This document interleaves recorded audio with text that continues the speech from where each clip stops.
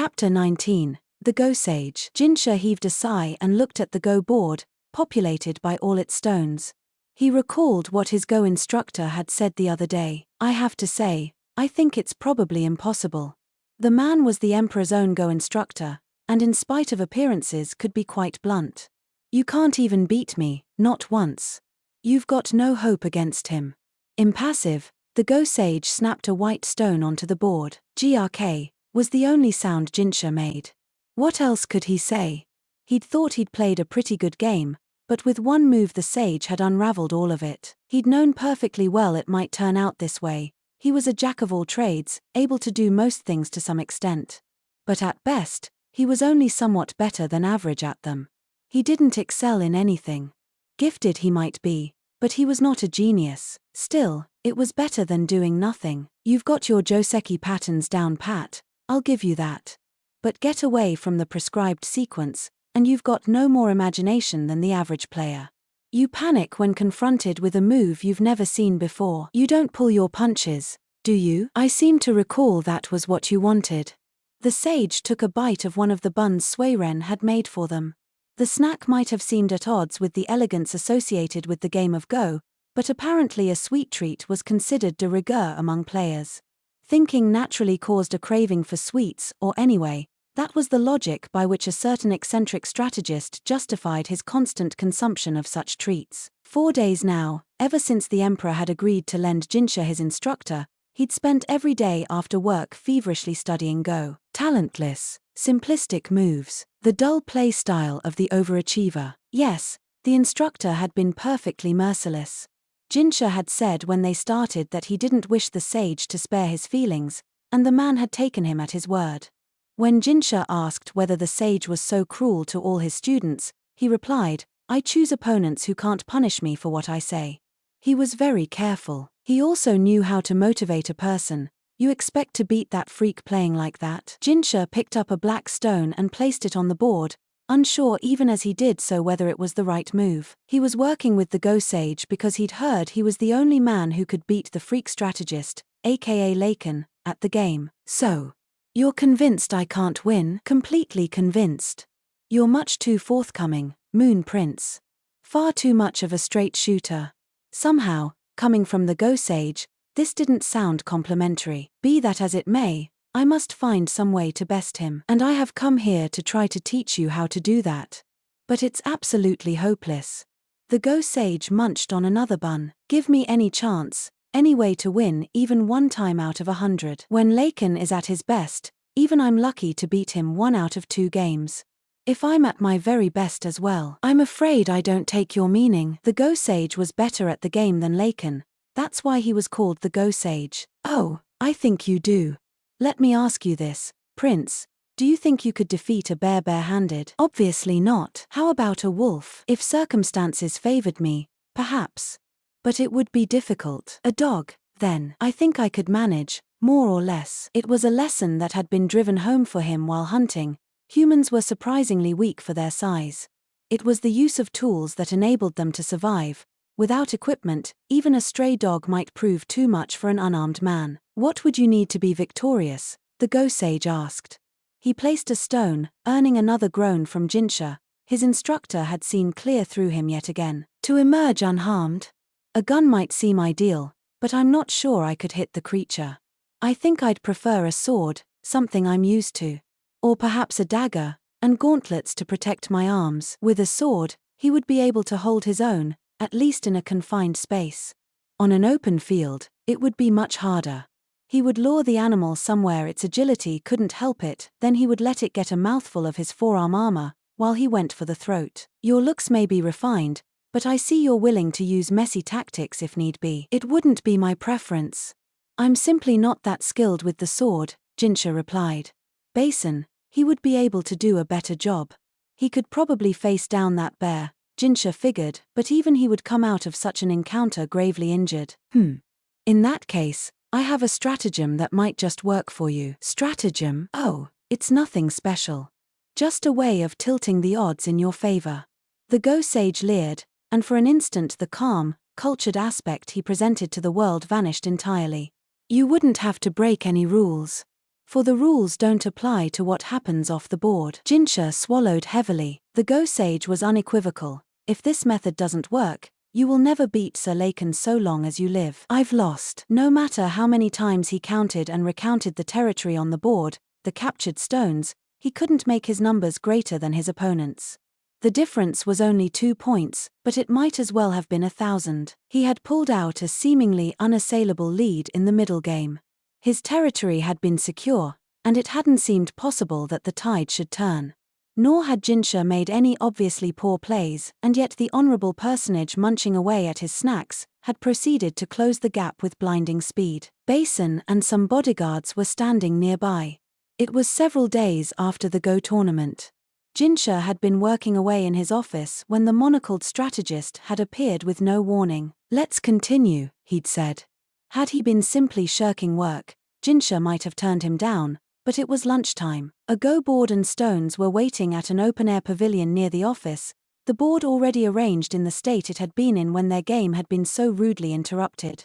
A few onlookers watched from a distance, but Jinshi had no reason to send them away or to refuse this game. Many a time since their standoff at the theatre, he had considered what he might do to consolidate his advantage and seize victory. He couldn't believe he could lose after holding such a commanding lead. "Impossible," Basin had said, astonished. Impossible. Yes, that was the only word for it. What must it be like in that man's head? The Go Sage's words rang in his ears. "You will never beat Sir Laken so long as you live." Why had Jinshi's instructor compared his opponent not to a man, but to a beast? Jinshi felt a pang of regret. A bear, a wolf, a dog, Laken was none of these. He was a monster unto himself, a fact Jinshi had failed to appreciate. Laken adjusted his monocle, chugged some juice, and looked in all-around perfect health. He was getting enough sleep, and wasn't currently exhausted by a relentless series of Go games.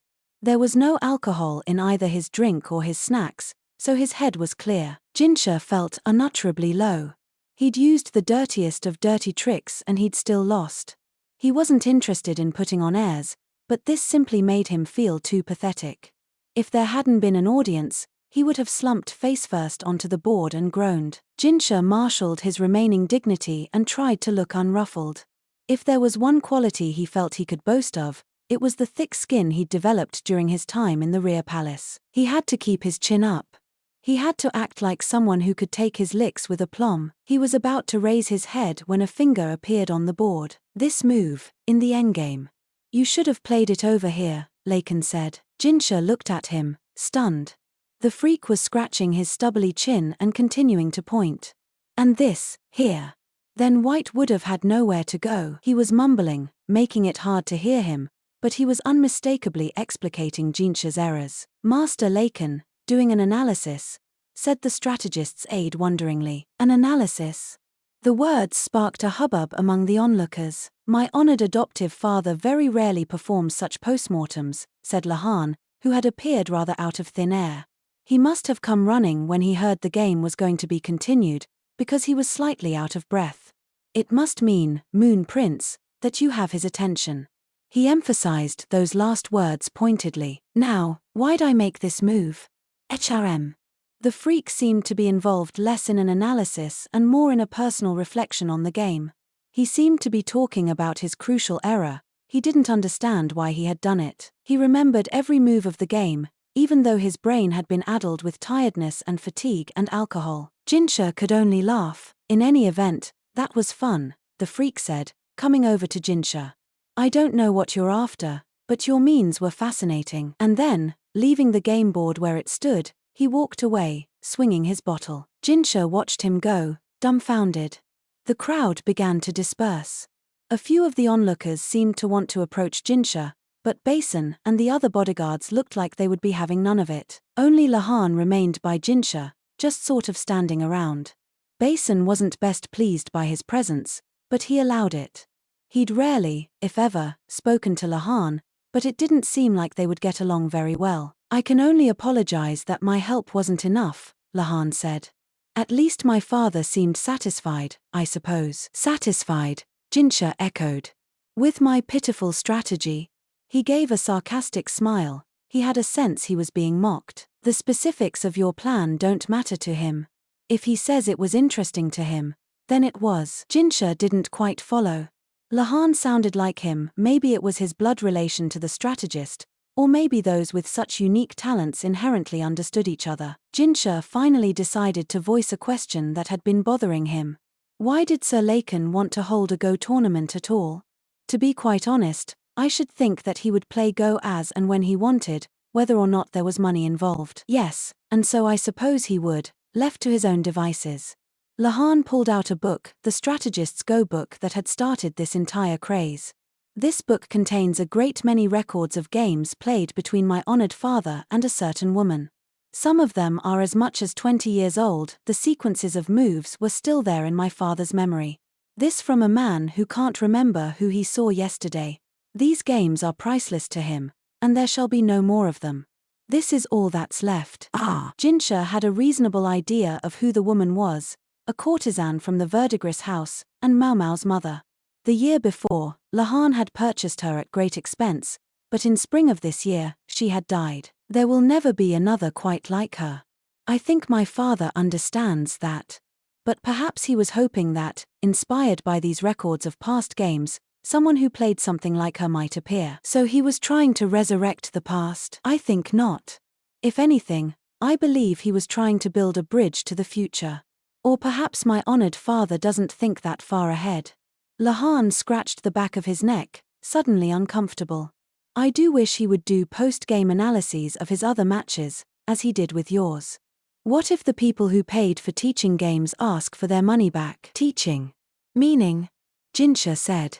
He did recall hearing that one could pay for the privilege of playing a game against the strategist, although most of those games had been postponed on account of Lakan's indisposition. We've spent the last several days trying to mop up those teaching games. I don't mind telling you, accommodating everyone's schedules has been a nightmare. In fact, he was just playing a game against someone else, and when it was over he suddenly disappeared. Where should I find him but here? Hence the earlier shortness of breath. If I might venture a question. Lahan said. Yes. What? Was it the Go sage who put that little ploy in your head, Master Jinshi? It wasn't really a question. The sage had been at the tournament. Lahan probably knew perfectly well what had happened. I was borrowing time that was rightfully the Emperor's for my instruction, Jinshi said. Well, that makes sense, then, Lahan said and nodded.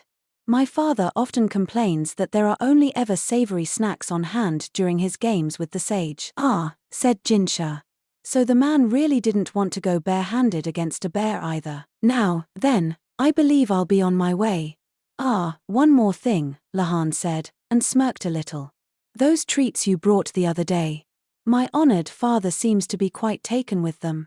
He'd like to know how to make them, without alcohol, ideally. Also, I know how he acts, but my father does hate to be in debt. He doesn't look it. It's true. Even if he may forget the debts he owes, Lahan said, quietly, pregnantly. Then he trotted off. That looked like quite a conversation. Is everything all right? Basin asked, coming over to Jinshi looking somewhat disturbed. All right. We were simply chatting about the weather. Ask Sui Ren to write up the recipe for those snacks, would you? Why yes, sir. Without the alcohol. Understood. Yes, sir. Jinshi left the pavilion behind and Basin followed him, puzzled. They found something at Jinshi's office when they returned. What have we here? Jinshi asked. Basin took off the cloth covering the object to reveal a Go board of the kind used in formulating military strategy.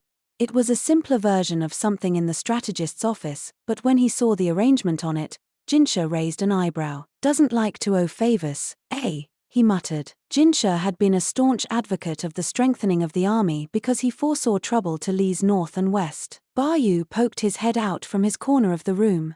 A fine job he did of rearranging things, no? He's addressed everything you were worried about, Master Jinshi. I was hoping he might feel he owed me a little more than this. Maomao entered the room with a sheaf of papers and immediately lit into Jinshi. I'm sure I don't know what you mean, but we still have work to do, the work left over from your little break. I do hope you'll hurry up and finish it. There are a great many ceremonies to be held at the end of the year, So I suggest you operate on the assumption that you won't be able to take any more vacations. Yes, I know. Jinshi smiled bitterly and resolved to do his work. There was certainly plenty of it. Maomao, he said. Yes, sir. Jinshi recalled that there was one other matter he still had to attend to. I'd like to ask you to deliver 3 letters for me. He opened a drawer in his desk. Yes, sir. To whom? She gave him a questioning look, and the questions only multiplied when she saw the addresses on the letters. As soon as possible, if you would, but in as much secrecy as you can. And have a carriage readied. Yes, sir. She was deft enough to see that this was not a matter she should pursue too closely. Instead, she simply took the letters and left the room. I suppose it may be too soon, but so be it, Jinshi said. He had no special talents, and if he dawdled, he would be too late. He needed to make his move before that. Still, he really would have liked to have him in my debt. Jinshi let out a long sigh and sat back at his desk.